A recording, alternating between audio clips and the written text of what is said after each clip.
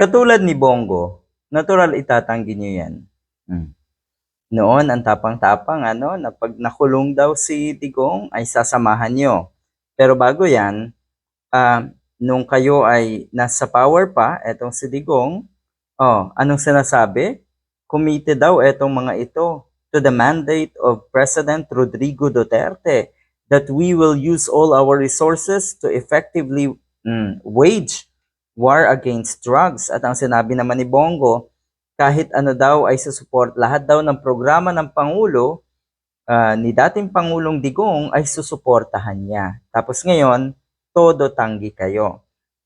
Etong kanilang pagtanggi, na wala silang partisipasyon sa nangyaring war on drugs, sa tingin ko, ito na yung simula na ilalaglag nila ang totoong salarin. At yun na nga, yung nasa dahig na. Mag-isa ka dyan. Yung tipong gano'n na siguro ang nasa isip nyo. Nasa isip na itong si Bongo at na itong si Aguirre. Wala tayong masyadong update kay Bato kung ano na ang kanyang statement tungkol nga sa napipintong pag-aresto sa kanila. Pero etong si Aguirre, ang sinasabi ay never agreed. Wala daw kumonsulta sa kanya.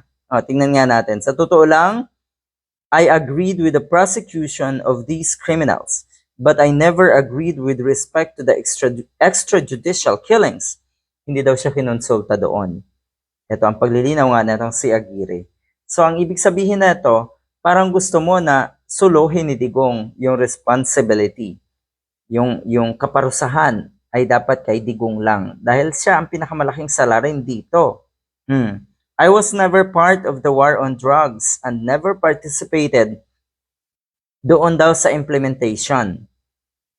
Wala akong kinalaman sa akusasyon nila sa akin ng crimes against humanity. Yan, maganda yan. Sige. Yung mga ganyang statement nyo po, sabihin nyo po yan sa paglilitis. Sabihin nyo po yan sa ICC. Yun naman pala wala pala kayong kasalanan. O di walang magtatago, okay? Yun naman pala Bato, wala kayong kasalanan, ba't ka nagtatago? O Bongo, wala ka rin kasalanan, sabi mo, harapin mo. Yan ang sabihin nyo sa ICC. Tignan natin kung pakikinggan kayo.